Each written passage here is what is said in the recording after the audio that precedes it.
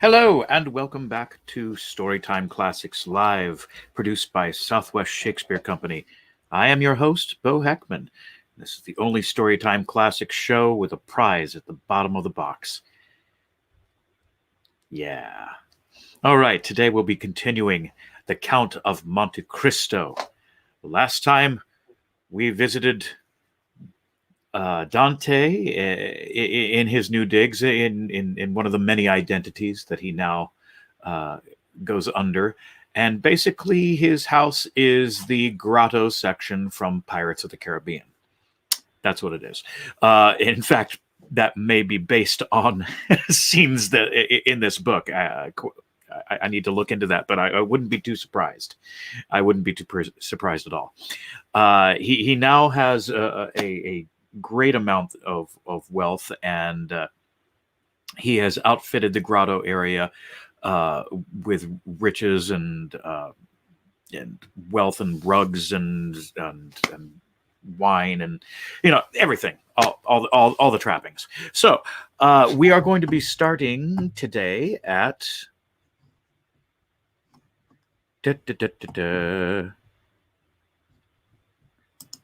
We are going to be starting today at chapter 32, The Waking, which I think I commented last time. It sounds like some sort of horror novel. This November, horror beyond imagining. The waking. Early morning is a terrifying thing. All right, enough of that. Okay, yeah. I'm just going to proceed into reading today. Now, I think I've said quite enough.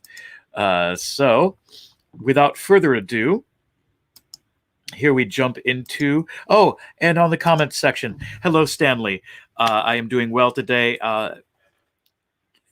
Thank you, and to you as well. Thank you very much. Hope you have a great Easter weekend and everything. Thank you for the well wishes and all of that. I will pass that along to everybody. Thank you very much. All right, let us go right in and not delay any further with The Count of Monte Cristo, Chapter 32, The Waking. When Franz returned to himself, he seemed still to be in a dream. He thought himself in a sepulchre, into which a ray of sunlight in pity scarcely penetrated. He stretched forth his hand and touched stone. He rose to his seat and found himself lying on his burnous in a bed of dry heather, very soft and odoriferous. The vision had fled, and as if the statues had been but shadows from the tomb, they had vanished at his waking. He advanced several paces towards the point whence the light came, and to all the excitement of his dream succeeded the calmness of reality. He found that he was in a grotto, went towards the opening, and through a kind of fanlight saw a blue sea and an azure sky. The air and water were shining in the beams of the morning sun.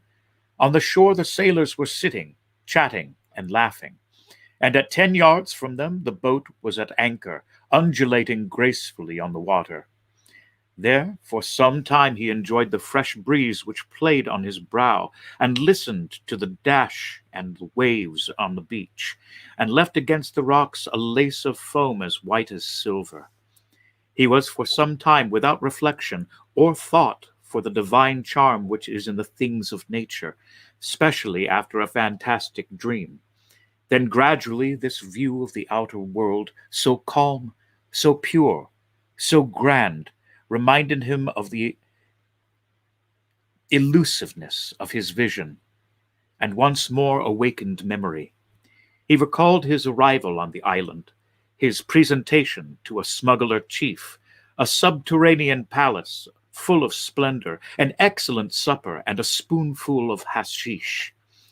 It seemed, however, even in the very face of open day, that at least a year had elapsed since all these things had passed, So deep was the impression made in his mind by the dream, and so long a hold it had taken of his imagination.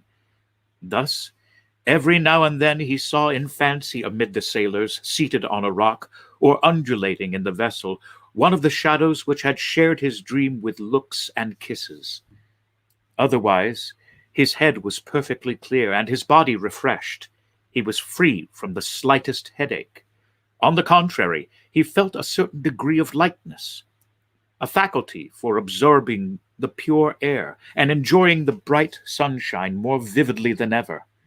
He went gaily up to the sailors, who rose as soon as they perceived him, and the patron, accosting him, and said, The Signor Sinbad, that left his compliments for you, your excellency, and desires us to express the regret he feels at not being able to take his leave in person, but he trusts you will excuse him, as very important business calls him to Malaga. So then, Gaetano, said Franz, this is then all reality. There exists a man who has received me in this island, entertained me right royally, and has departed while I sleep. He exists as certainly as that you may see his small yacht with all her sails spread, and if you will use your glass, you will, in all probability, recognize your host in the midst of his crew. So saying, Gaetano pointed in a direction in which a small vessel was making sail towards the southern point of Corsica. Franz adjusted his telescope and directed it towards the yacht. Gaetano was not mistaken. At the stern, the mysterious stranger was standing up, looking towards the shore, and holding a spyglass in his hand.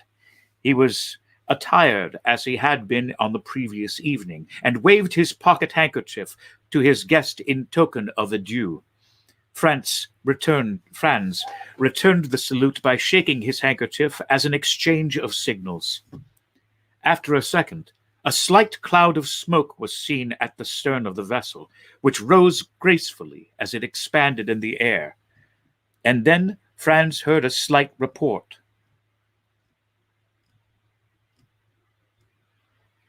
There, do you hear? Observed Gaetano. He is bidding you adieu. The young man took his carbine and fired it in the air, but without any idea that the noise could be heard at the distance which separated the yacht from the shore. What are your excellency's orders? Inquired Gaetano. In the first place, light me a torch. Ah, yes, I understand, replied the patron. I find the entrance to the enchanted apartment. With much pleasure, your excellency, if it would amuse you, and I will get you the torch you ask for. But I too have had the idea you have, and 2 or 3 times the same fancy has come over me, but I have always given it up. Giovanni, light a torch, he added, and give it to his excellency. Giovanni obeyed. Franz took the lamp and entered the subterranean grotto, followed by Gaetano.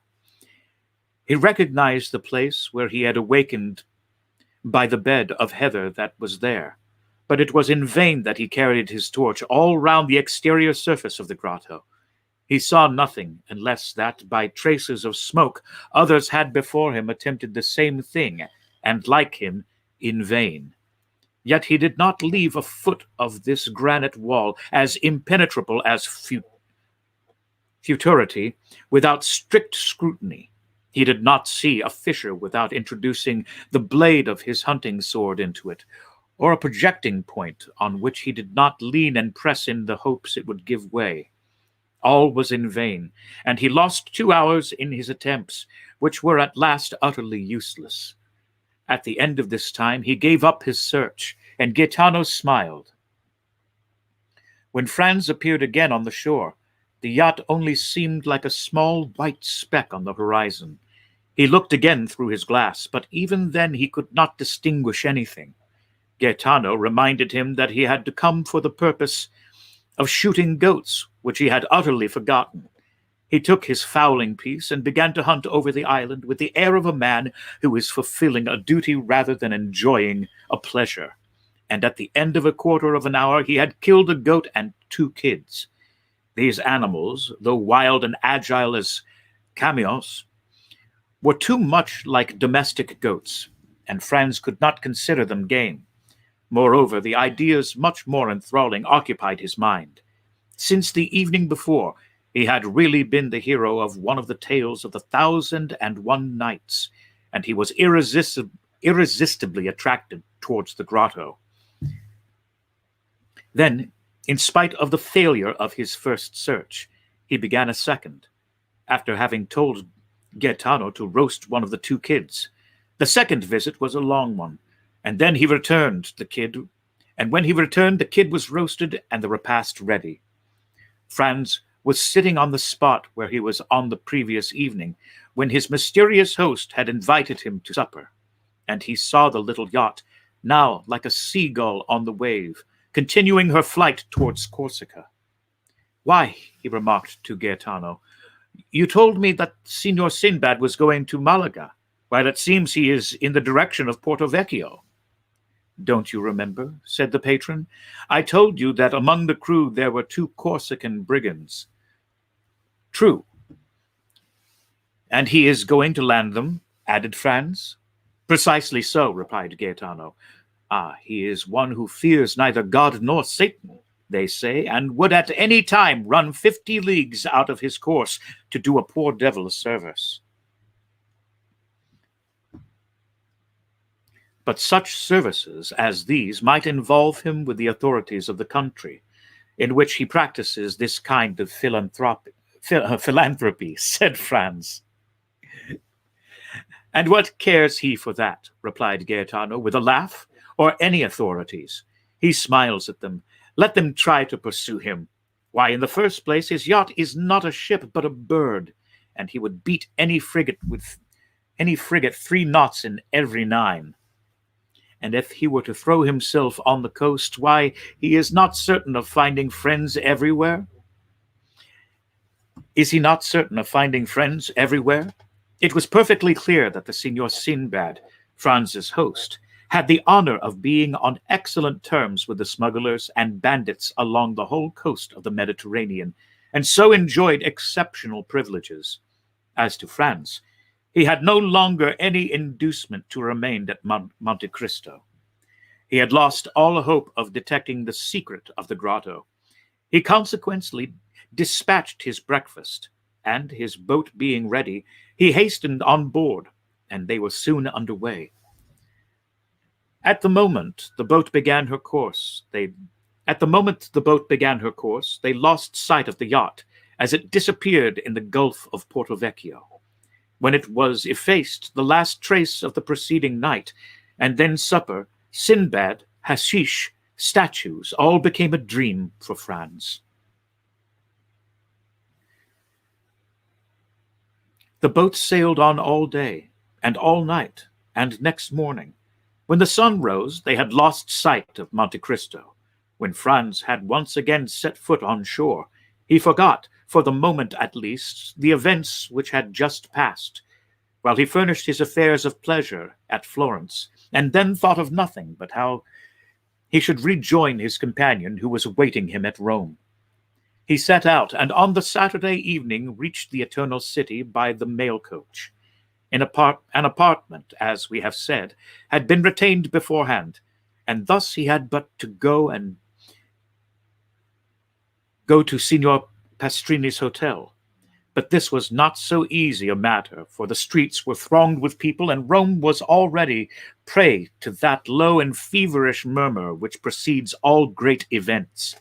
And at Rome there are 4 great events in every year: the Carnival, Holy Week, Corpus Christi, and the Feast of St. Peter.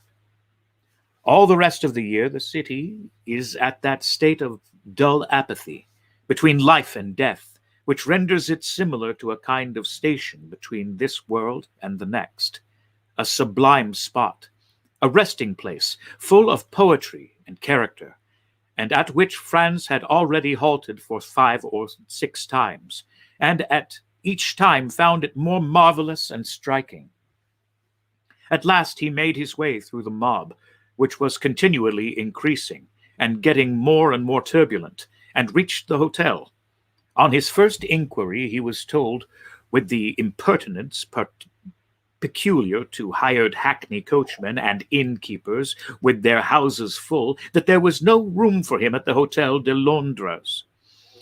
Then he sent his card to Signor Pastrini and asked for Albert de Morcerf. This plan succeeded, and Signor Pastrini himself ran to him, excusing himself for having made his Excellency wait, scolding the waiters, taking the candlestick from the porter, who was ready to pounce on the traveler.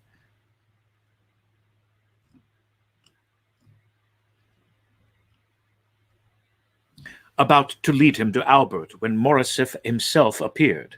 The apartment consisted of 2 small rooms and a parlor of 2 rooms. Let me begin again there. The apartment consisted of 2 small rooms and a parlor. The 2 rooms looked onto the street, a fact which Signor Pastrini commented upon as an inappreciable advantage. The rest of the floor was hired by a very rich gentleman who was supposed to be a Sicilian or Maltese, but the host was unable to decide to which of the 2 nations the traveler belonged. "Very good, Signor Pastrini," said Franz, "but we must have some supper instantly, and a carriage for tomorrow and the following days." "As to supper," replied the landlord, "you shall be served immediately. But as for the carriage—" "What as to the carriage?" exclaimed Albert. Come, Signor Pastrini, no joking, we must have a carriage." "Sir," replied the host, "we will do all in our power to procure you one. This is all I can say." "And when shall we know?" inquired Franz. "Tomorrow morning," answered the innkeeper. "Oh, the deuce! When we shall pay the more, that's all I see plainly enough. At Drake's or Aaron's one pays 25 lire for common days, and 30 or 35 lire a day more for Sundays and feast days, at 5 lire and day more for extras. That will make 40, and there's an end of it. I'm afraid if we offer them double, that we shall not procure a carriage. Then they must put horses to mine. It is a little worse for the journey, but that's no matter." "There are no horses." Albert looked at Franz like a man who hears a reply he does not understand. "Do you understand that, my dear Franz? No horses?" he said. "But can't we have post horses?" "They have been all hired this fortnight, and there are none left but those absolutely requisite for posting." "What are we to say to this?" asked Franz. "I say that when a thing completely surpasses my comprehension, I am accustomed not to dwell on that thing, but to pass it to another. Is supper ready, Signor Pastrini?" "Yes, Your Excellency." "Well then, let us sup." "But the carriage and horses," said Franz. "Be easy, my dear boy. They will come in due season. It is only a question of how much shall be charged for them." Morcerf then, with that delighted philosophy which believes that nothing is impossible to a full purse or well-lined pocketbook, supped, went to bed, slept soundly, and dreamed he was racing all over Rome at carnival time in a coach with 6 horses. Chapter 33. Roman Bandits. The next morning Franz woke first, and instantly rang the bell. The sound had not yet died away when Signor Pastrini himself entered.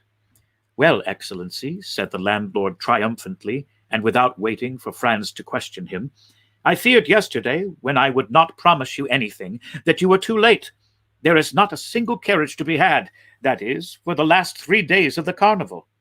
"Yes," returned Franz, "for the very 3 days it is most needed." "What's the matter?" said Albert, entering. "No carriage to be had?" "Just so," returned Franz. "You have guessed it. Well, your eternal city is a nice sort of place." "That is to say, Excellency," replied Pastrini, who was desirous of keeping up the dignity of the capital of the Christian world in the eyes of his guest, "that there are no carriages to be had from Sunday to Tuesday evening, but from now till Sunday you can have 50, if you please." "Ah, "That is something," said Albert. "Today is Thursday, and who knows what may arrive between this and Sunday?" 10 or 12,000 travelers will arrive," replied Franz, "which will make it still more difficult." "My friend," said Morcerf, "let us enjoy the present without gloomy forebodings of the future. At least we can have a window." "Where?" "In the Corso." "Ah, window!" exclaimed Signor Pastrini. "Utterly impossible. There was only one left on the 5th floor of the Doria Palace, and that has been let to a Russian prince for 20 sequins a day." The two men looked at each other with an air of stupefaction. "Well," said Franz to Albert, "do you know what is the best thing we can do? It is to pass the carnival at Venice. There we are sure of obtaining gondolas if we cannot have carriages." "Ah, the devil no," cried Albert. "I came to Rome to see the carnival, and I will, though I see it on stilts." "Bravo! An excellent idea. We will disguise ourselves as monster Pulcinellos, or shepherds of the lands, and we still have complete success. Do your excellencies still wish for a carriage from now till Sunday morning?"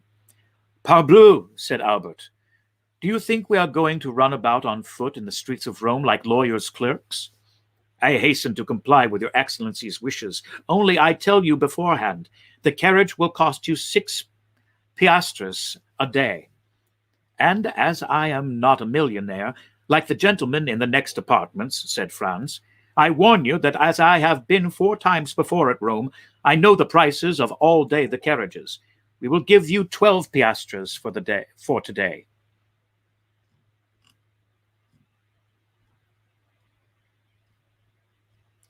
"Tomorrow and the day after, and then you will make a good profit." "But, Excellency," said Pastrini, still striving to gain his point. "Now go," returned Franz, "or I shall go myself and bargain with your affetator, who is mine also. He is an old friend of mine, who has plundered me pretty well already, and, in the hope of making more out of me, he will take a less price than the one I offer you. You will lose the preference, and that will be your fault." "Do not give yourselves the trouble, Excellency," returned Signor Pastrini, with the smile peculiar to the Italian speculator when he confesses defeat. "I will do all I can, and I hope you will be satisfied. And now we understand each other. When do you wish the carriage to be here?" "In an hour." "In an hour it will be at the door." An hour after, the vehicle was at the door. It was a hack conveyance, which was elevated to the rank of a private carriage in honor of the occasion. But, in spite of its humble exterior, the young men would have thought themselves happy to have secured it for the last 3 days of the carnival.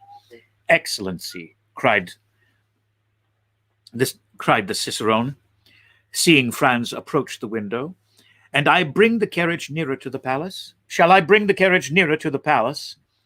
Accustomed as Franz was to the Italian phraseology, his first impulse was to look around him. But these words were addressed to him. Franz was the Excellency, the vehicle was the carriage, and the Hotel de Londres was the palace. The genius for laudation characteristic of the race was in that phrase. Franz and Albert descended. The carriage approached the palace. Their Excellencies stretched their legs along the seats. The cicerone sprang into the seat behind. "Where do your Excellencies wish to go?" asked he. "To St. Peter's first, and then to the Colosseum," returned Albert. But Albert did not know that it takes a day to see St. Peter's and a month to study it. The day was passed at St. Peter's alone. Suddenly the daylight began to fade away. Franz took out his watch. It was 4:30. They returned to the hotel. At the door, Franz ordered the coachman to be ready at 8. He wished to show Albert the Colosseum by moonlight, as he had shown him St. Peter's by daylight.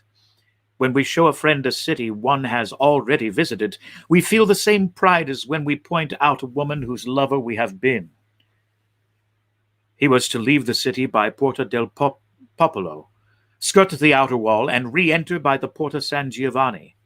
Thus they would behold the Colosseum without finding their impressions dulled by first looking at the Capitol, the Forum, the Arch of Septimus Severus, the Temple of Autonomous and Faustina, and the Via Sacra.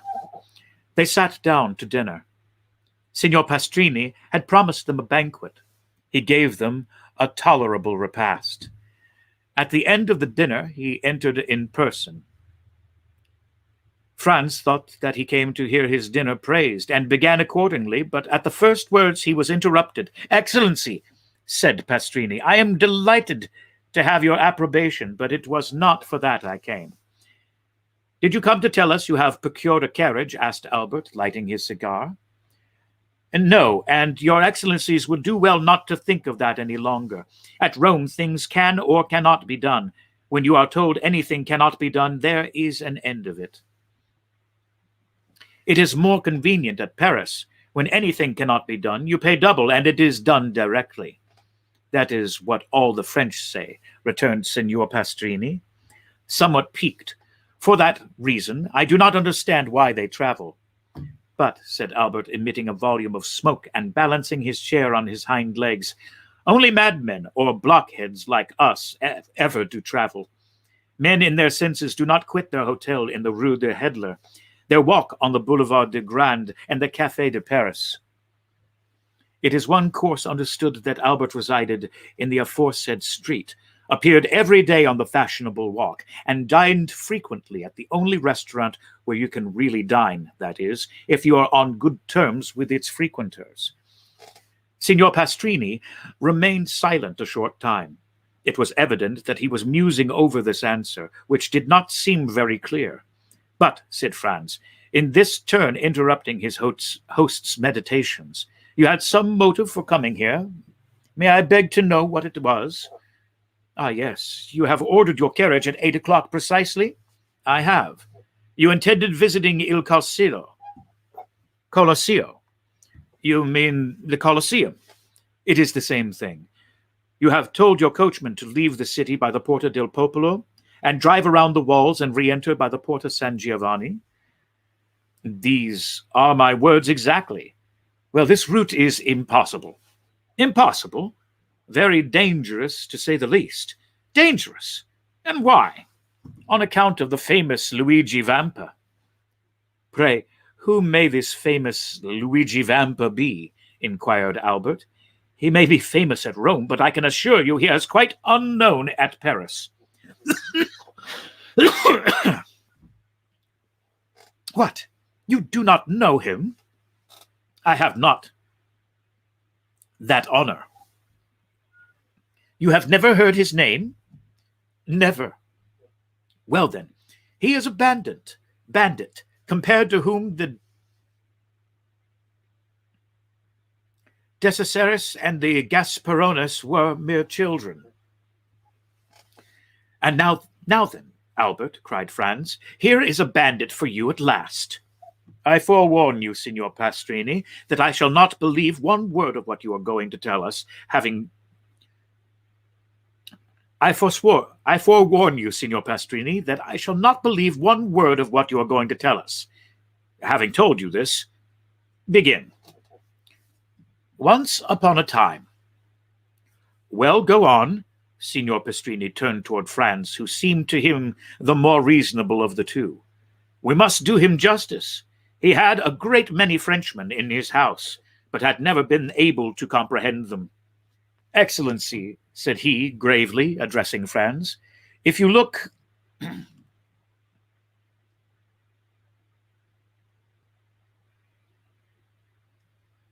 "My dear Albert," returned Franz, "your answer is, if you look upon me as a liar, it is useless for me to say anything. It was for your interest Albert does not say that you are a liar, Signor Pastrini," said Franz, "but that he will not believe you are going to tell us. But that he will not believe what you are going to tell us. But I will believe all you say, so proceed."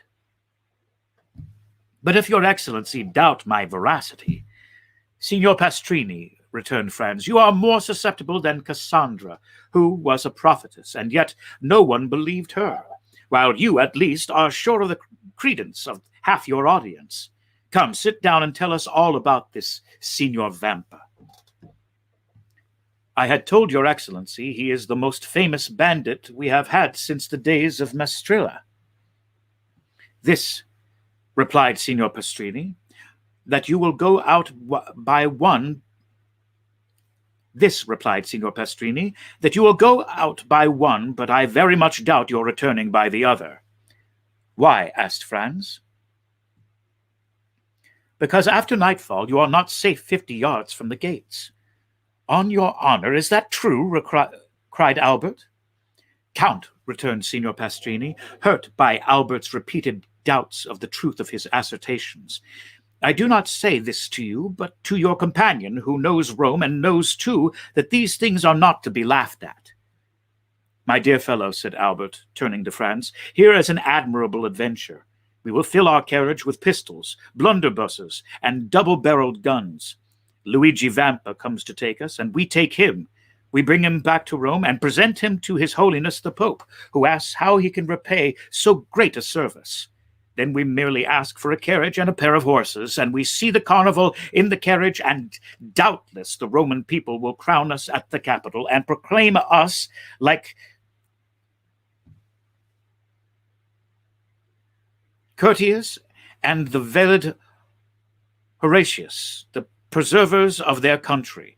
Whilst Albert proposed the scheme, Signor Pastrini's face assumed an expression impossible to describe. And pray, asked Franz, where are these pistols, blunderbusses, and other deadly weapons which you intend filing the carriage? Not out of my armory, for at Terracinda I was plundered even of my hunting knife. I shared the same fate at Aquapendente. Do you know, Signor Pastrini, said Albert, lighting a second cigar at the first, that this practice is very convenient for bandits, and that it seems to be due to an arrangement of their own.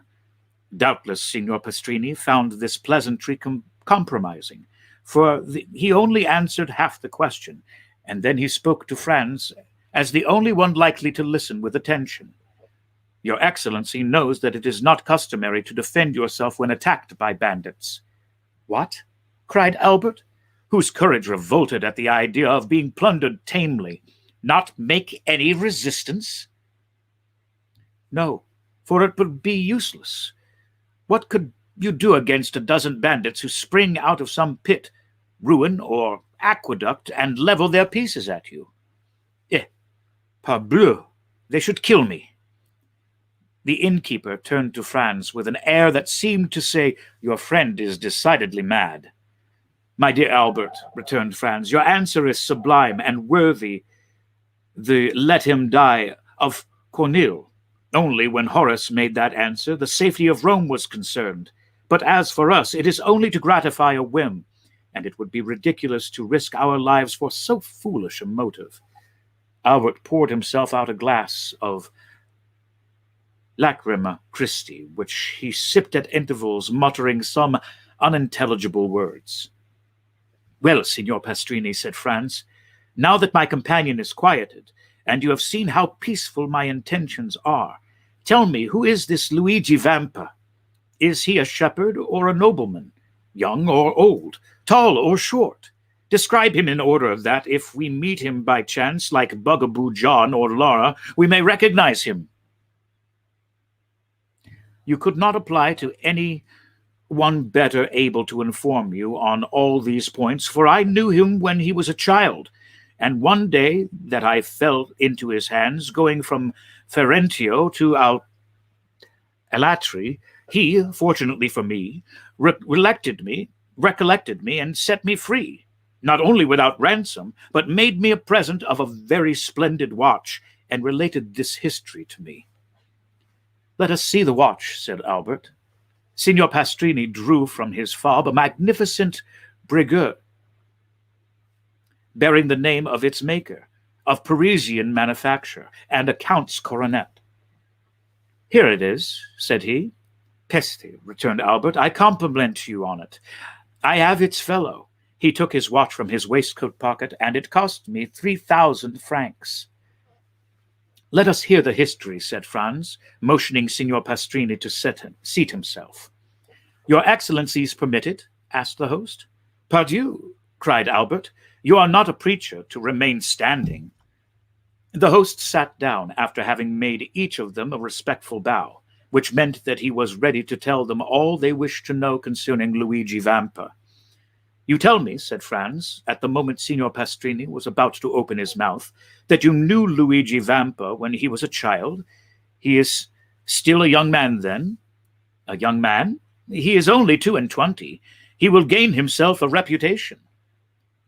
"What do you think of that, Albert? At 22 to be thus famous?"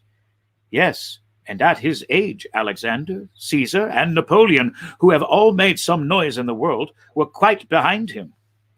"So," continued Franz, "the hero of this history is only 22? Scarcely so much. Is he tall or short?"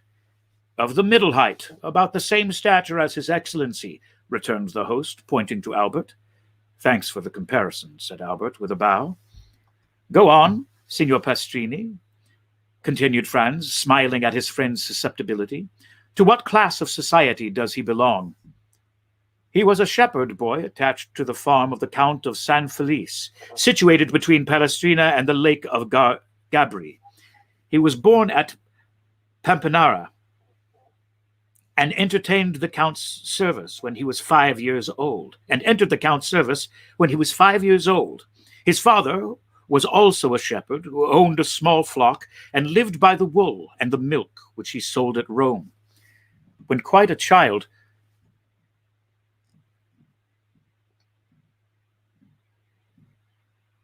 the Vampa displayed a most extraordinary precocity. One day, when he was 7 years old, he came to the curate of Palestrina and asked to be taught to read. It was somewhat difficult, for he could not quit his flock, but the good curate went every day to say mass at a little hamlet too poor to pay a priest, and which, having no other name, was called Borgo.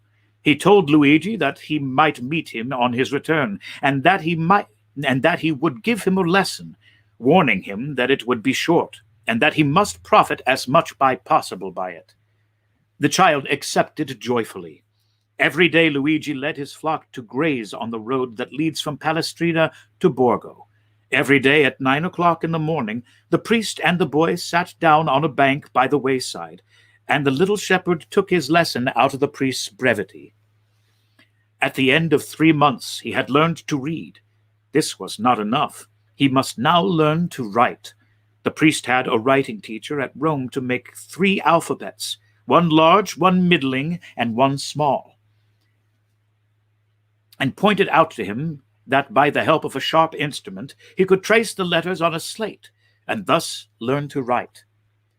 The same evening, when the flock was safe at the farm, the little Luigi hastened to the smith at Palestrina, took a large nail, heated and sharpened it, and formed a sort of stylus. The next morning he gathered an armful of pieces of slate and began. At the end of 3 months he had learned to write. The curate, astonished at his quickness and intelligence, made him a present of pens, paper, and penknife. This demanded new effort, but nothing compared to the first. At the end of a week, he wrote as well with this pen as with the stylus. The curate related the incident to the Count of San Felice,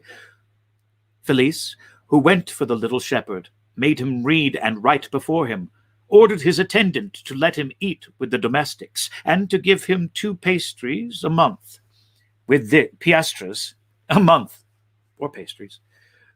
With this, Luigi purchased books and pencils. He applied his imitative powers to everything, and, like Giotto, when young, he threw on his slate sheep, houses, and trees, Then, with his knife, he began to carve all sorts of objects in wood. It was thus that Pinelli, the famous sculptor, had commenced.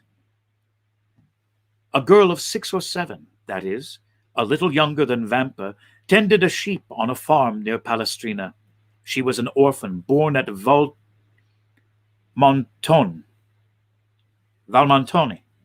and was named Teresa. The two children met, sat down near each other, let their flocks mingle together, played, laughed, and conversed together.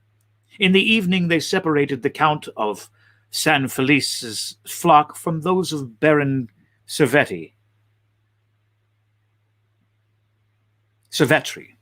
and the children returned to their respective farms, promising to meet the next morning. The next day they kept their word, and thus they grew up together. Vampa was 12 and Teresa 11, and yet their natural disposition revealed itself. Beside his taste for the fine arts, which Luigi had carried as far as he could in his solitude, he was given to alternating fits of sadness and enthusiasm, was often angry and capricious, and always sarcastic. None of the lads of Pampinaria, Palestrina, or Valmontone had been able to gain any influence over him or even to become his companion. His disposition, always inclined to exact conscious concessions rather than to make them, kept him aloof from all friendships. Teresa alone ruled by a look of a word, a gesture, this impetuous character which yielded beneath the hand of a woman and which beneath the hand of a man might have broken but could never have been bended. Teresa was lively and gay, but coquettish to excess.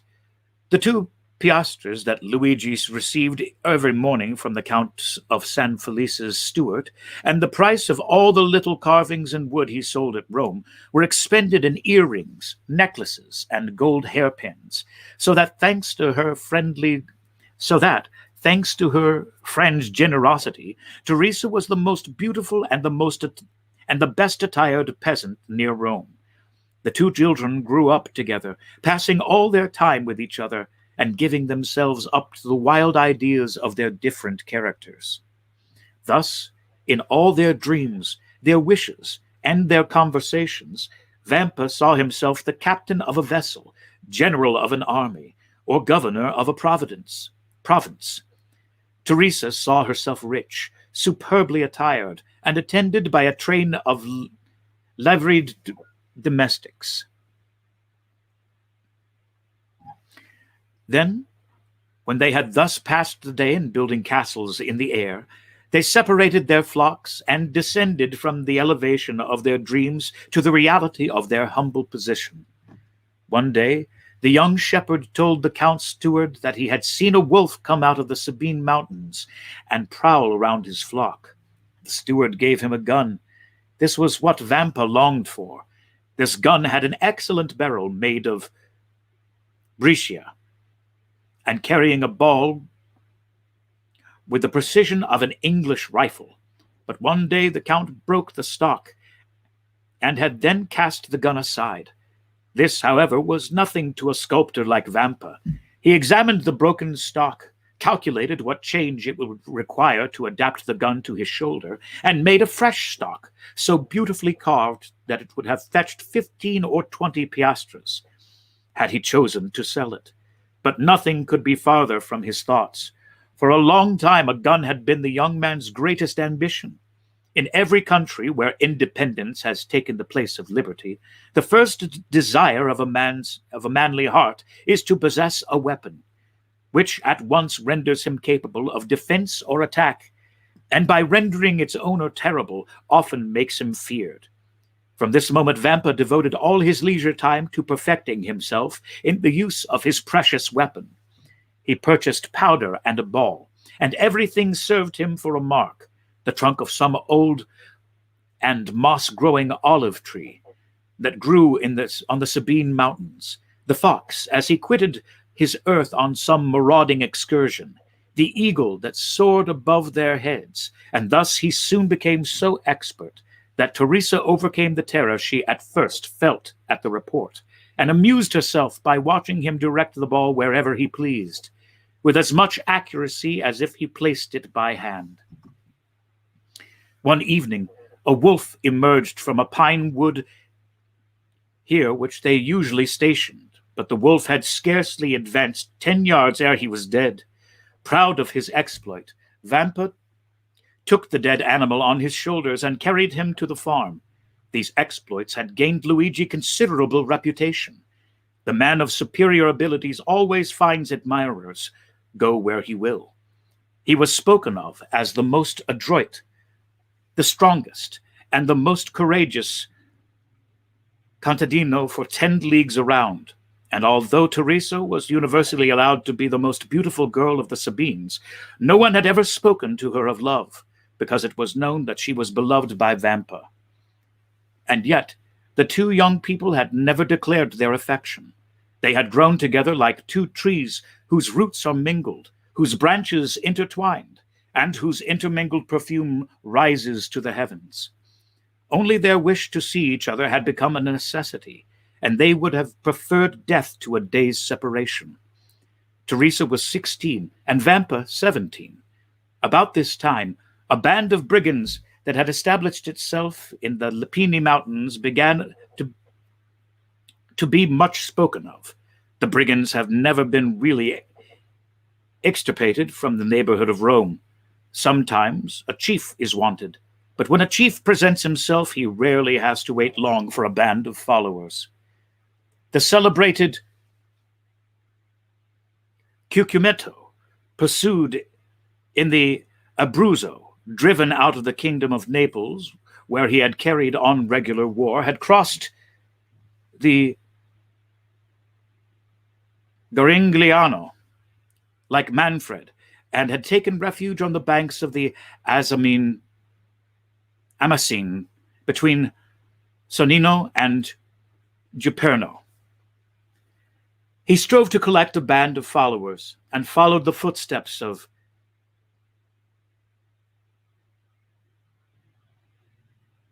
De Caceres and Gasperon, and he hoped to surpass. Many young men of the Palestrina, Frascati, and Pamperina had disappeared.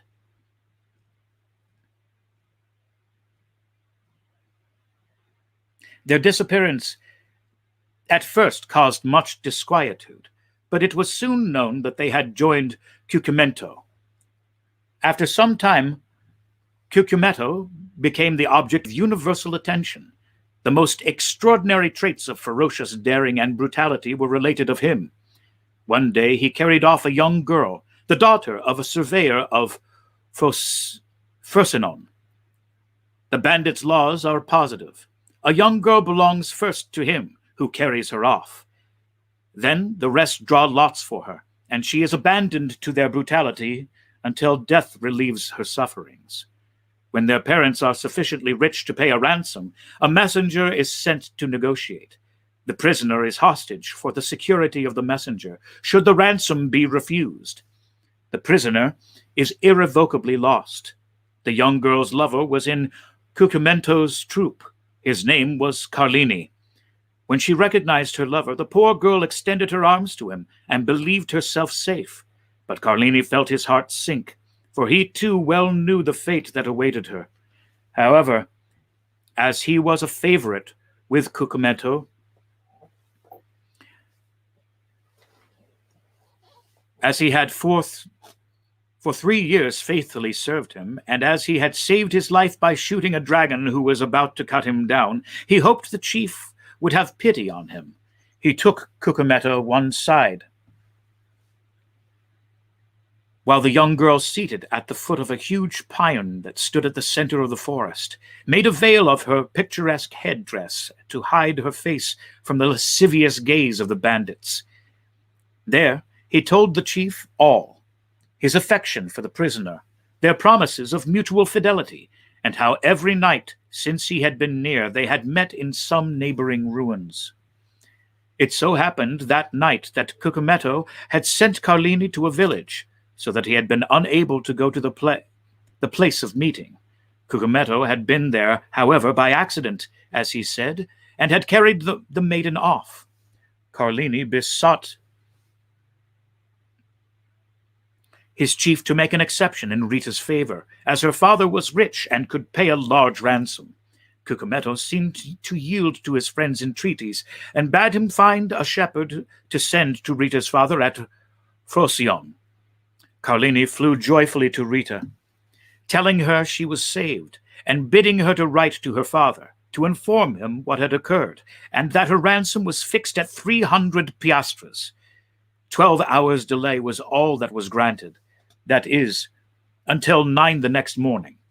The instant the letter was written, Carlini seized it and hastened to the plain to find a messenger. He found a young shepherd watching his flock. The natural messengers of the bandits are the shepherds, who live between the city and the mountains, between civilized and savage life. The boy undertook the commission, promising to be in Procyon in less than an hour. Carlini returned anxious to see his mistress, and announced the joyful provisions exacted as contributions from the peasants. But his eye vainly sought Rita and Cucumetto among them. He inquired where they were, and was answered by a burst of laughter. A cold perspiration burst from every pore, and his hair stood on end. He repeated his question. One of the bandits rose and offered him a glass filled with orvieto, saying, "To the health of the brave Cucumetto and the fair Rita." At this moment, Carlini heard a woman's cry. He divined the truth, seized the glass, broke it across the face of him who presented it, and rushed towards the spot whence the cry came. After 100 yards, he turned the corner of the thicket. He found Rita senseless in the arms of Cucumetto. At the sight of Carlini, Cucumetto rose, a pistol in each hand. The two brigands looked at each other for a moment, the one with a smile of lasciviousness on his lips, the other with the pallor of death on his brow. A terrible battle between the two men seemed imminent, but by degrees Carlini's features relaxed. His hand, which had grasped one of the pistols in his belt, fell to his side. Rita lay between them. The moon lighted the group. "Well," said Cucumetto, "have you executed your commission?" "Yes, captain," returned Carlini. "At 9 o'clock tomorrow Rita's father will be here with the money.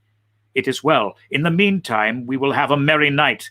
This young girl is charming and does credit to your taste. Now, as I am not egotistical, we will return to our comrades and draw lots for her." "You have determined, then, to abandon her to the common law?" said Carlini. "Why should an exception be made in her favor? I thought that my entreaties— What right have you, any more than the rest, to ask for an exception? It is true, but never mind," continued Cucumetto, laughing. "Sooner or later your turn will come." Carlini's teeth clenched convulsively. "Now then," said Cucumetto, advancing towards the other bandits, "are you coming? I follow you."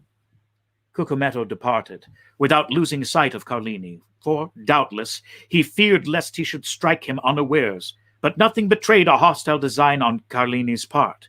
He was standing, his arms folded near Rita, who was still insensible. Cucumetto fancied for a moment the young man was about to take her in his arms and fly. But this mattered little to him now Rita had been his. And as for the money, 300 piastres distributed among the band was so small a sum that he cared little about it.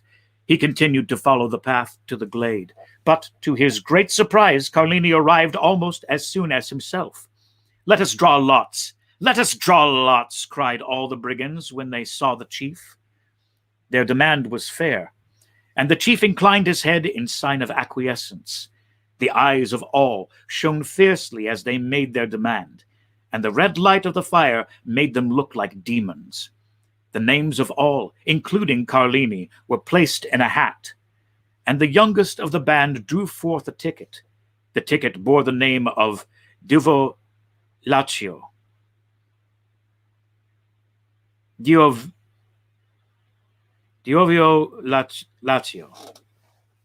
He was the man who had proposed to Carlini the health of their chief, and to whom Carlini replied by breaking the glass across his face.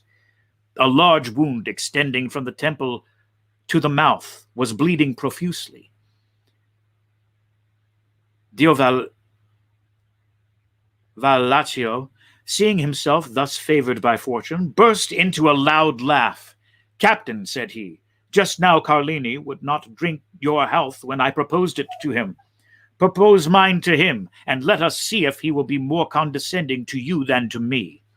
Everyone expected an explosion on Carlini's part, but to their great surprise, he took a glass in one hand and a flask in the other, and filling it, "Your health, Diavolaccio," said he calmly, and drank it off, without his hand trembling in the least. Then, sitting down by the fire, "My supper," said he. "My expedition has given me an appetite." "Well done, Carlini," cried the brigands. "That is acting like a good fellow," and they all formed a circle around the fire, while Diavolaccio disappeared. Carlini ate and drank as if nothing had happened. The bandits looked on with astonishment at his singular conduct until they heard footsteps. They turned round and saw Diavolaccio bearing the young girl in his arms. Her head swung back, and her long hair swept the ground. As they entered the circle, the bandits could perceive by the firelight the unearthly pallor of the young girl and of Diavolaccio. This apparition was so strange and so solemn that everyone rose, with the exception of Carlini, who remained seated, and ate and drank calmly. Diavolaccio advanced amidst the most profound silence and laid Rita at the captain's feet. Then everyone could understand the cause of the unearthly pallor in the young girl and the bandit. A knife was plunged up to the hilt in Rita's left breast. Everyone looked at Carlini. The sheath at his belt was empty. Ah, said the chief. "I now understand why Carlini stayed.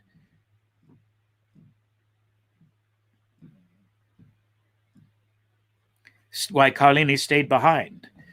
All savage natures appreciate a desperate deed. Now, no other of the bandits would, perhaps, have done the same, but they all understood what Carlini had done.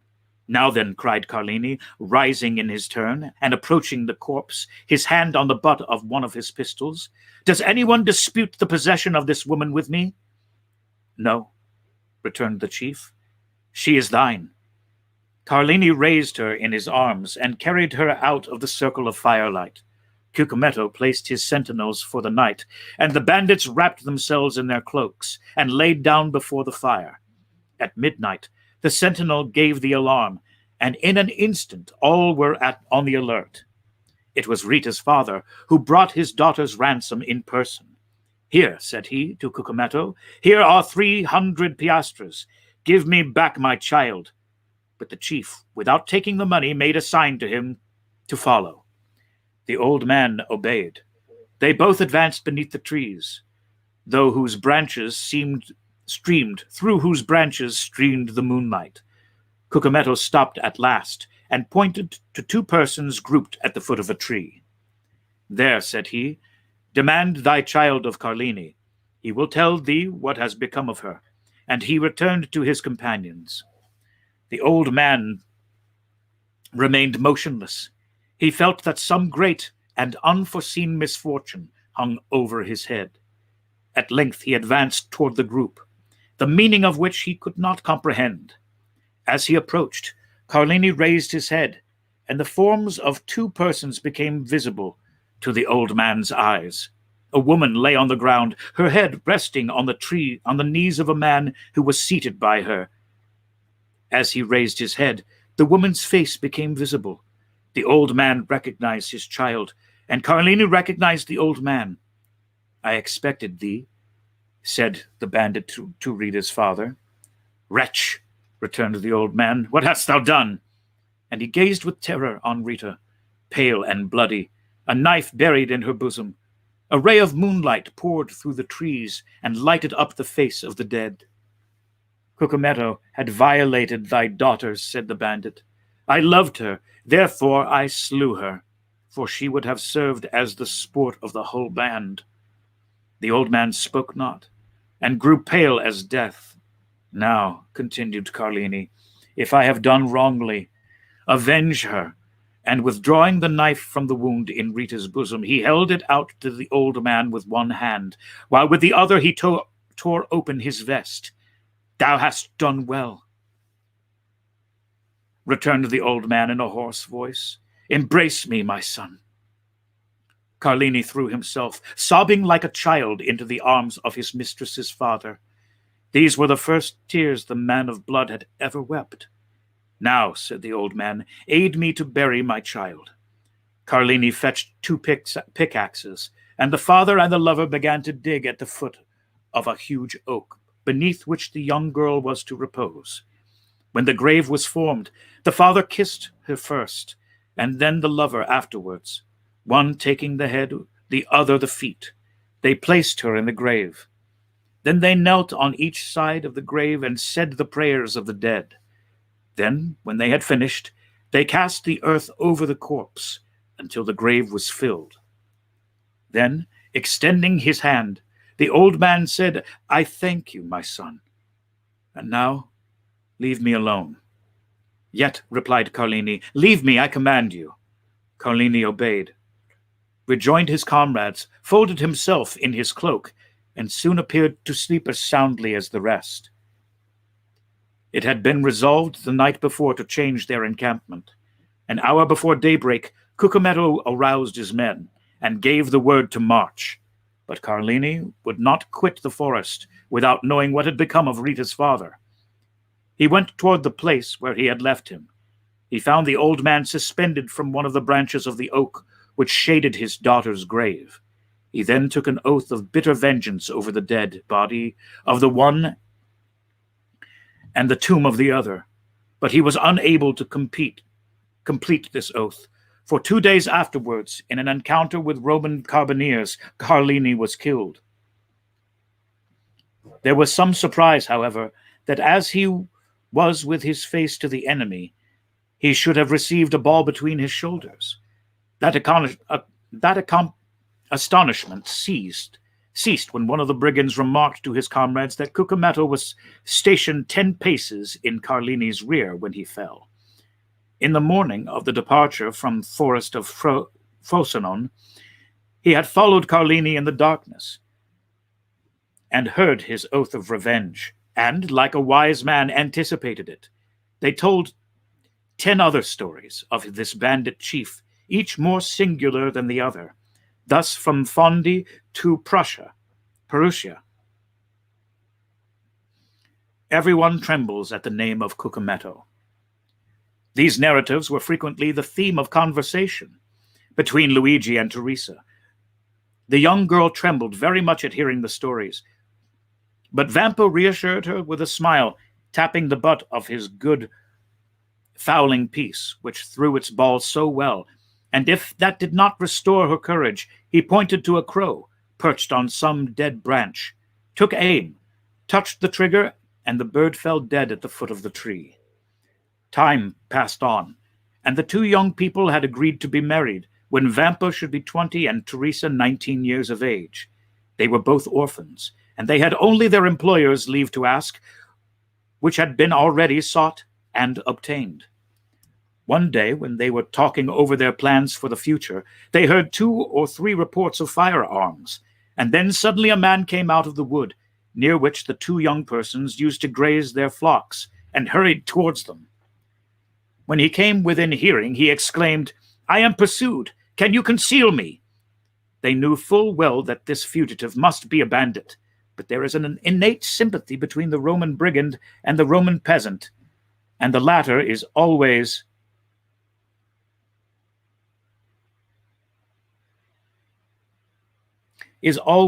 ready to aid the former. Vampo, without saying a word, hastened to the stone that closed up the entrance to their grotto, drew it away, made a sign to the fugitive to take refuge there, in a retreat unknown to everyone, closed the stone upon him, and then went and resumed his seat by Teresa. Instantly afterwards, 4 carbineers on horsebacks appeared on the edge of the wood. 3 of them appeared to be looking for the fugitive, while the 4th dragged a brigand prisoner by the neck. The 3 carbineers looked about carefully on every side, saw the young peasants, and galloping up began to question them. They had seen no one. "That is very annoying," said the brigadier, "for the man we are looking for is the chief." "Cucumetto?" cried Luigi and Teresa at the same moment.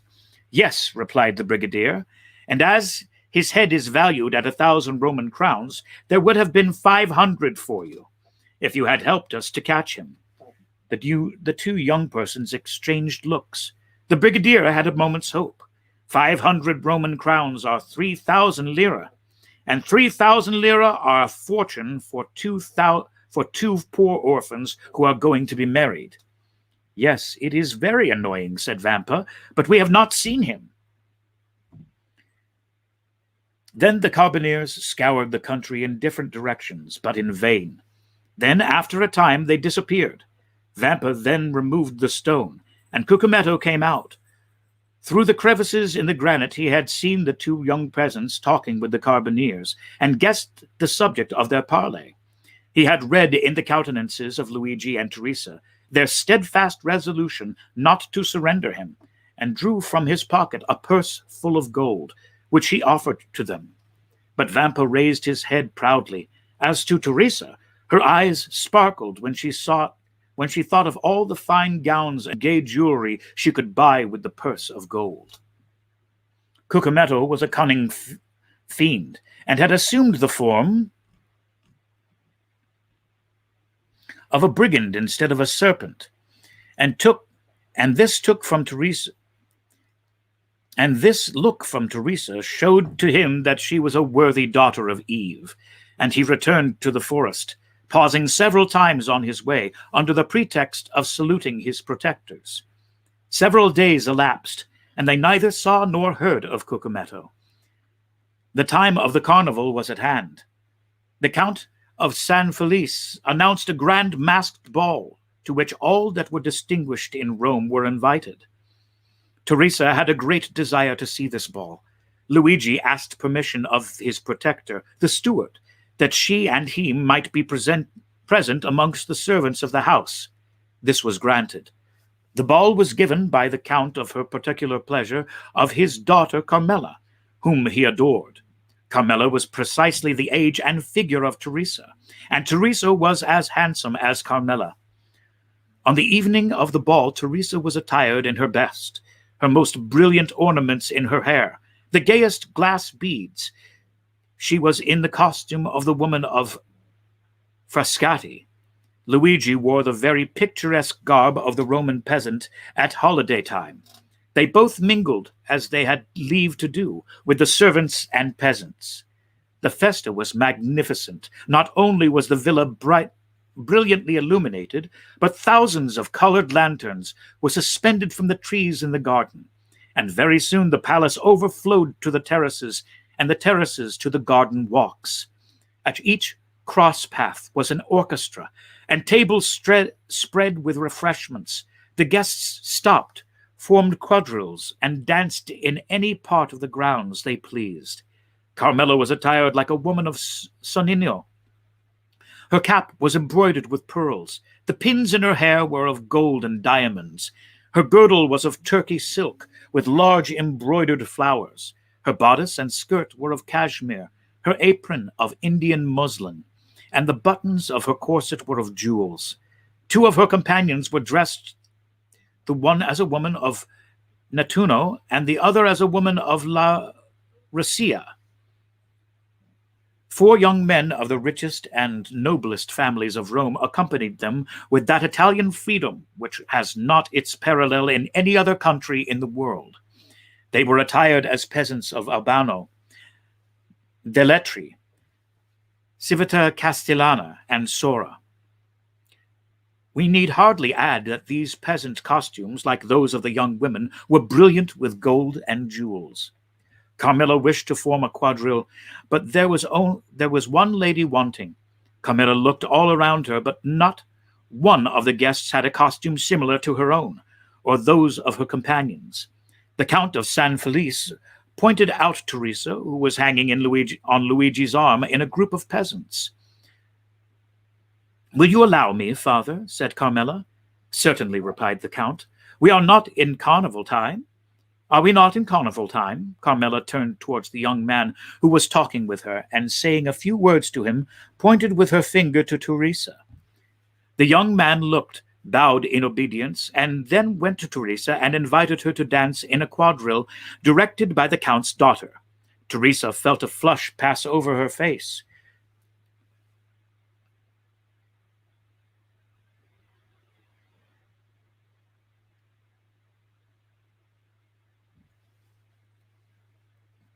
She looked at Luigi, who could not refuse his assent.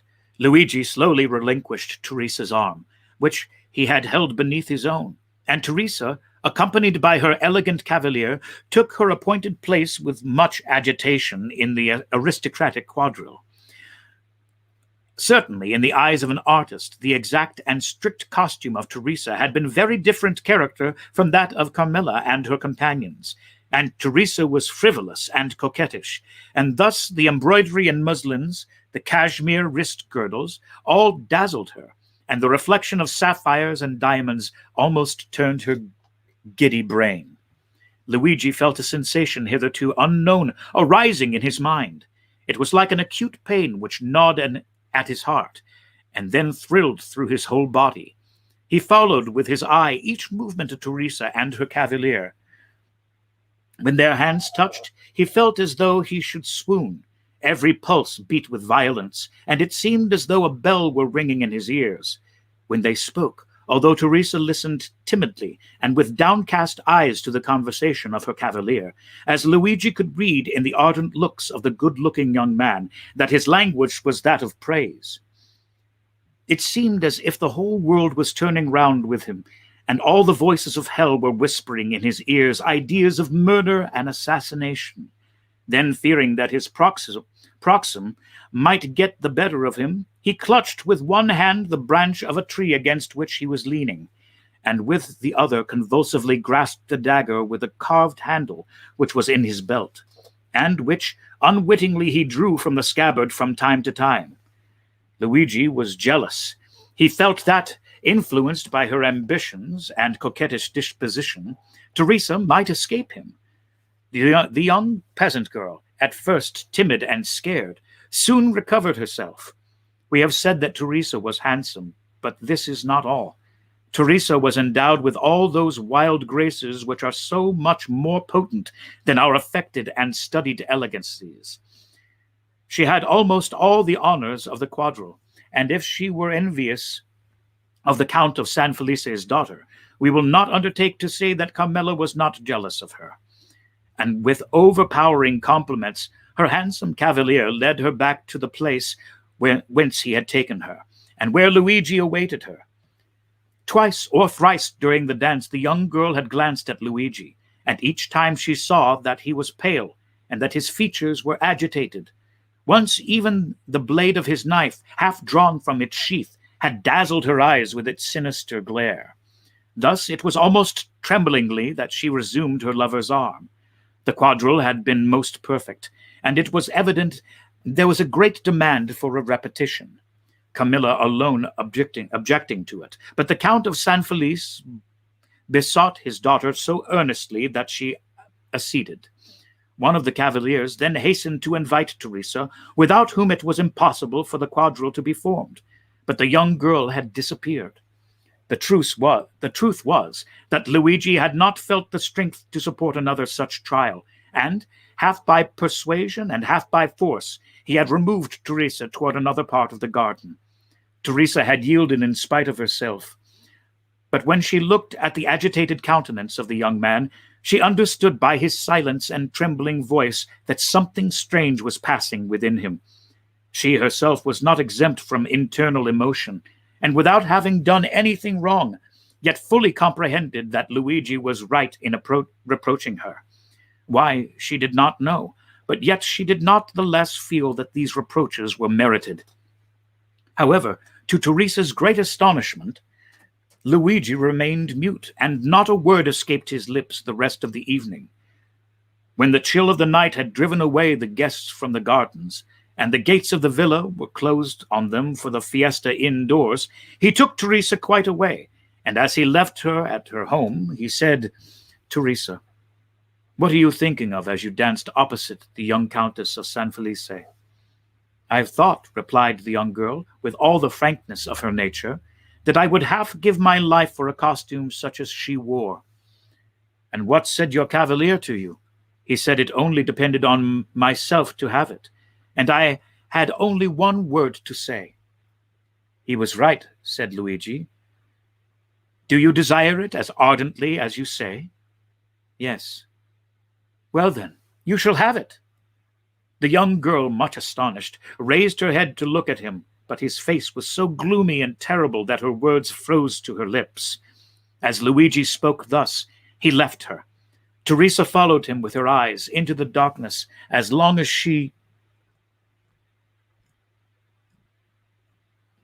could, and when he had quite disappeared, she went into the house with a sigh. That night, a memorable event occurred, due, no doubt, to the imprudence of some servant who had neglected to extinguish the lights. The Villa San Felice took fire in the rooms adjoining the very apartment of the lovely Carmela. Awakened in the night by the light of the flames, she sprang out of bed, wrapped herself in a dressing gown, and attempted to escape by the door. But the corridor by which she hoped to fly was already a prey to the flames. She then returned to her room, calling for help as loudly as she could, when suddenly her window, which was 20 feet from the ground, was opened. A young peasant jumped into the chamber, seized her in his arms, and with superhuman skill and strength conveyed her to the turf of the grass plot, where she fainted. When she recovered, her father was by her side. All the servants surrounded her, offering her assistance. An entire wing of the villa was burnt down. But what of that, as long as Carmilla was safe and uninjured? Her preserver was everywhere sought for, but he did not appear. He was injured after, but no one had seen him. Carmilla was greatly troubled that she had not recognized him. As the Count was immensely rich, accepting the danger Carmilla had run, and the marvelous manner in which she had escaped, made that appear to him rather a favor of Providence than a real misfortune.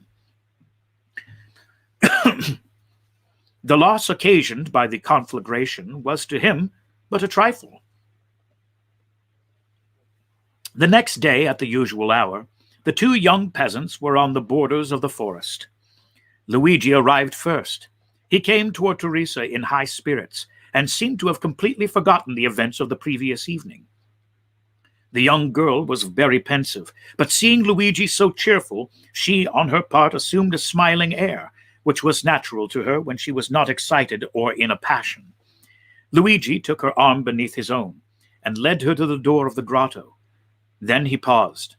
The young girl, perceiving that there was something extraordinary, looked at him steadfastly. "Teresa," said Luigi, "yesterday evening you told me you would give all the world to have a costume similar to that of the Count's daughter." "Yes," replied Teresa with astonishment, "but I was mad to utter such a wish." And I replied, "Very well, you shall have it."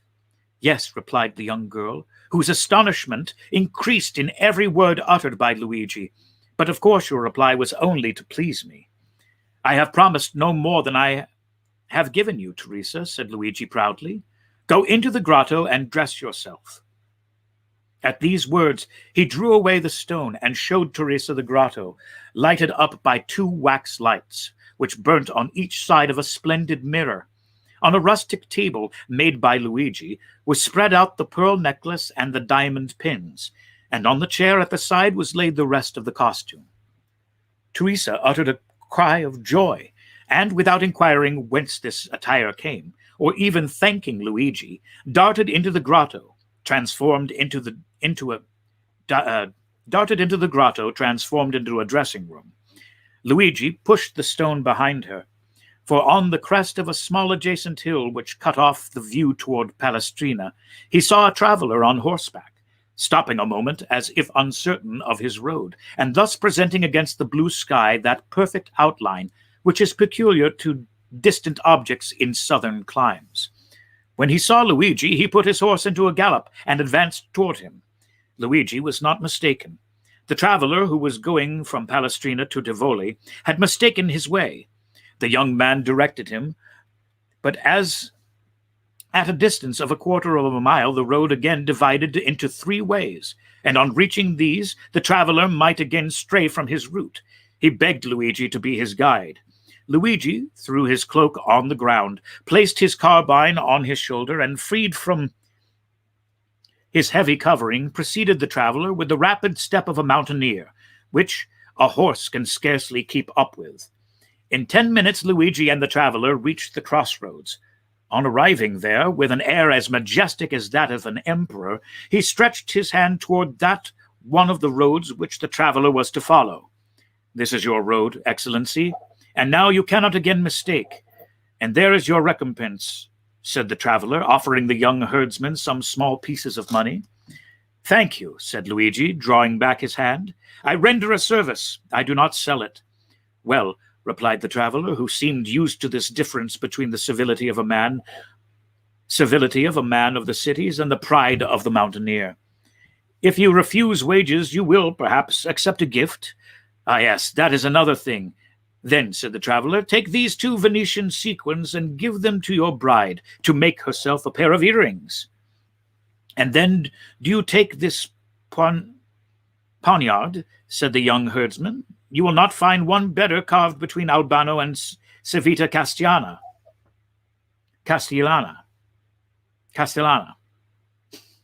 "I accept it," answered the traveler. "But then the obligation will be on my side, for this poniard is worth more than 2 sequins. For a dealer, perhaps, but for me, who engraved it myself, it is hardly worth a piastre."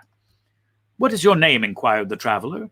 "Luigi Vampa," replied the shepherd, with the same air as he would have replied, "Alexander, king of Macedon." "And yours?" "I," said the traveler, "I am called Sinbad the Sailor." Franz de Epinay started with surprise. "Sinbad the Sailor," he said. "Yes," replied the narrator. "That was the name which the traveler gave to Vampa as his own." "Well, and what may you have to say against this name?" inquired Albert. "It is a very pretty name, and the adventures of the gentleman of that name amused me very much in my youth, I must confess." Franz said no more. The name of Sinbad the Sailor, as may well be supposed, awakened in him a world of recollections, as had the name of the Count of Monte Cristo in the previous evening. "Proceed," said he to the host. Vampa put the 2 sequins haughtily in his pocket, and slowly turned by the way he had gone.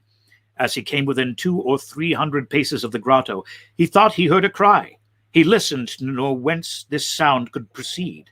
A moment afterwards, he thought he heard his own name pronounced distinctly. The cry proceeded from the grotto. He bounded like a chamois.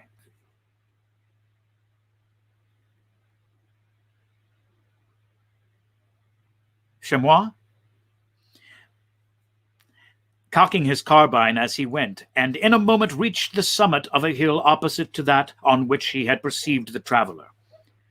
3 cries for help came more distinctly to his ear. He cast his eyes around him and saw a man carrying off Teresa, as Nessus, the centaur, carried Deianira. This man, who was hastening towards the wood, was already 3/4 of the way on the road from the grotto to the forest. Vampa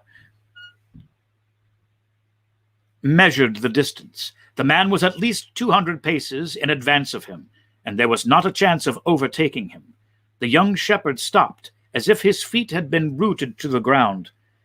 Then he put the butt of his carbine to his shoulder, took aim at the ravisher, followed him for a second in his track, and then fired. The ravisher stopped suddenly. His knees bent under him, and he fell with Teresa in his arms. The young girl rose instantly, but the man lay on the earth, struggling in the agonies of death. Vampa then rushed towards Teresa, for at 10 paces from the dying man her legs had failed her, and she had dropped on her knees, so that the young man feared that the ball had been brought down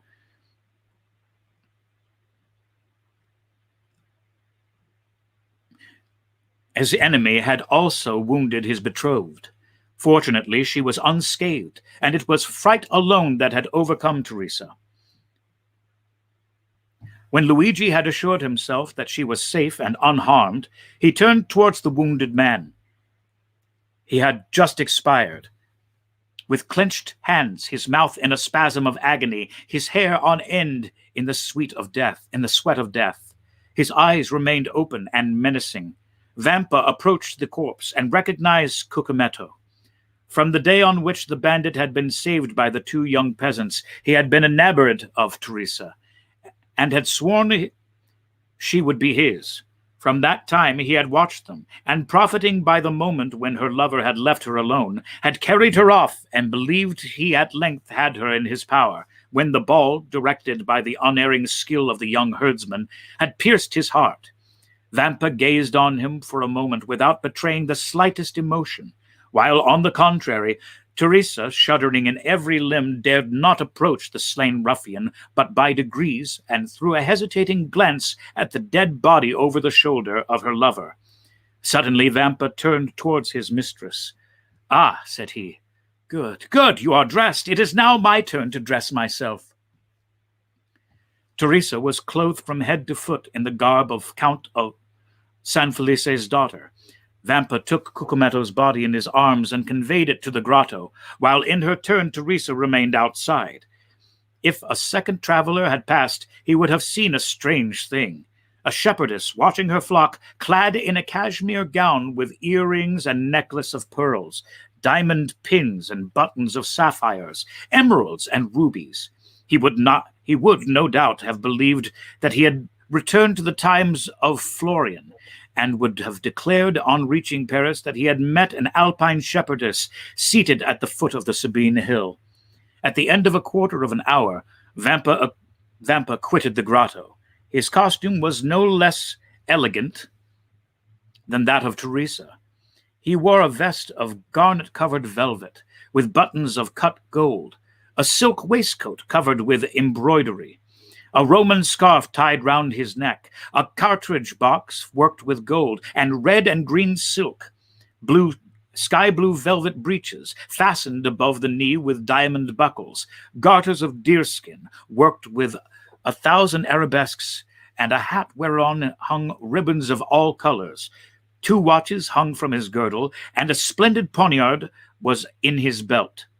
Teresa uttered a cry of admiration. Vampa, in his attire, resembled a painting by Leopold Robert or Schnetz. He had assumed the entire costume of Cucumetto. The young man saw the effect produced on his betrothed, and a smile of pride passed over his lips. "Now," he said to Teresa, "are you ready to share my fortune, whatever it may be?" "Oh, yes," exclaimed the young girl enthusiastically. "And follow me wherever I go?" "To the world's end." "Then take my arm and let us on. We have no time to lose."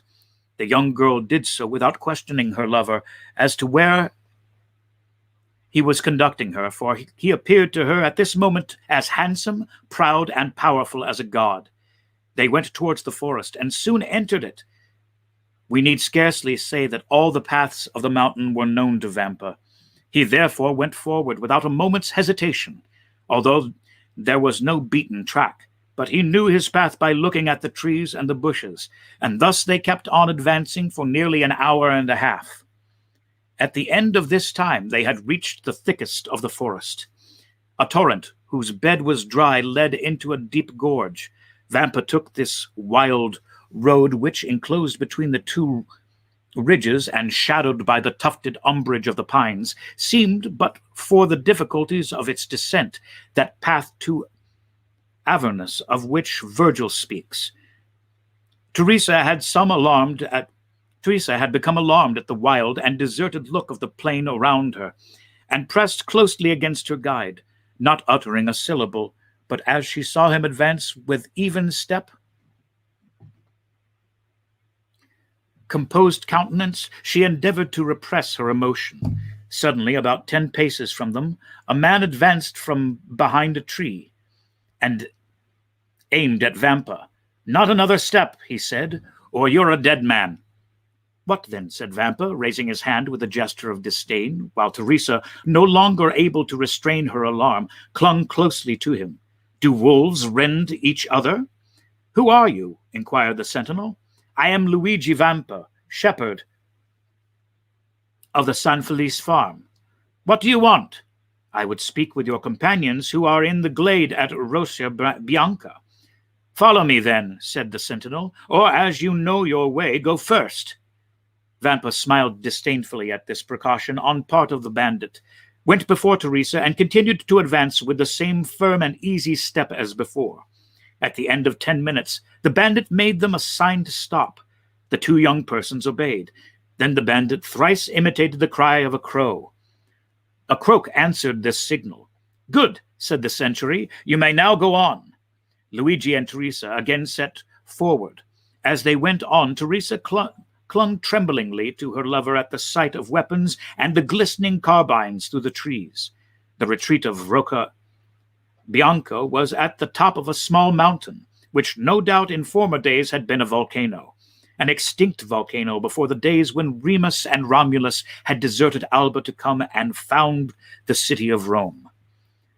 Teresa and Luigi reached the summit, and all at once found themselves in the presence of 20 bandits. Here is a young man who seeks and wishes to speak to you, said the sentinel. What has he to say? Inquired the young man, who was in command of the chief's absence. I wish to say that I am tired of the shepherd's life, was Vampa's reply. Ah, I understand, said the lieutenant, and you seek admittance into our ranks? Welcome, cried several bandits from Ferrocino, Pamperina, and Anagini, who had recognized Luigi Vampa. Yes, but I came to ask something more than to be your companion. And what may that be? Inquired the bandits with astonishment. I come to ask to be your captain. Said the young man. The bandits shouted with laughter. And what have you done to aspire to this honor? Demanded the lieutenant. I have killed your chief, Cucumetto, whose dress I now wear, and I set fire to the Villa San Felice to procure a wedding dress for my betrothed. An hour afterwards, Luigi Vampa was chosen captain, Vice Cucumetto deceased. Well, my dear Albert, said Franz, turning toward his friend, what think you of citizen Luigi Vampa? I say he is a myth, replied Albert, and never had an existence. And what may a myth be? Inquired Pastrini. The explanation would be too long, my dear landlord, replied Franz. And you say that Signor Vampa exercises his profession at this moment in the environs of Rome? And with a boldness of which no bandit before him ever gave an example. Then the police have vainly tried to lay hands on him. Why, you see, he has a good understanding with the shepherds in the plains, the fishermen of the Tiber, and the smugglers of the coast. They seek for him in the mountains, and he is on the waters.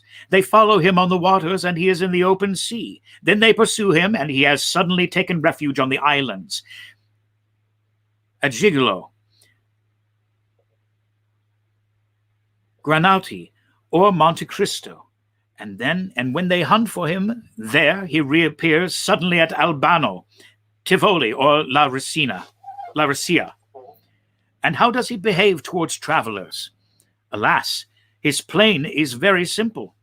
It depends on the distance he may be from the city, whether he gives 8 hours, 12 hours, or a day wherein to pay their ransom.